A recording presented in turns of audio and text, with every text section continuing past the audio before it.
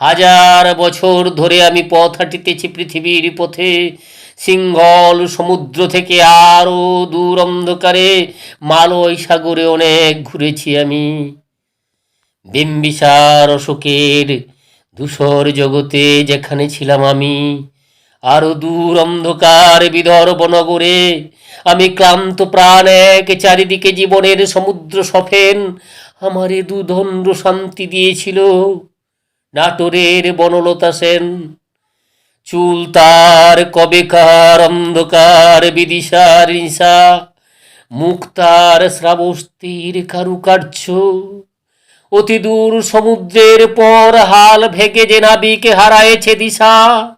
সবুজ ঘাসের দেশ যখন সে চোখে দেখে দারুচিনি দ্বীপের ভিতর, তেমনি দেখেছি তারে অন্ধকারে, বলেছে সে এতদিন কোথায় ছিলেন।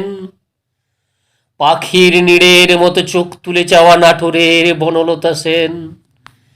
সমস্ত দিনের শেষে শিশিরের শব্দের মতন সন্ধ্যা আসে, ডানা রৌদ্রের গন্ধ মুছে ফেলেছিল, পৃথিবীর সব রং মুছে গেলে পাণ্ডুলিপি করে আয়োজন, তখন গল্পের তোরে জোনাকির রঙে ঝিলমিল সব পাখি ঘরে আসে, সব নদী ফুরায় জীবনের সব লেনদেন, থাকে শুধু অন্ধকার মুখোমুখি বসিবার বনলতা সেন।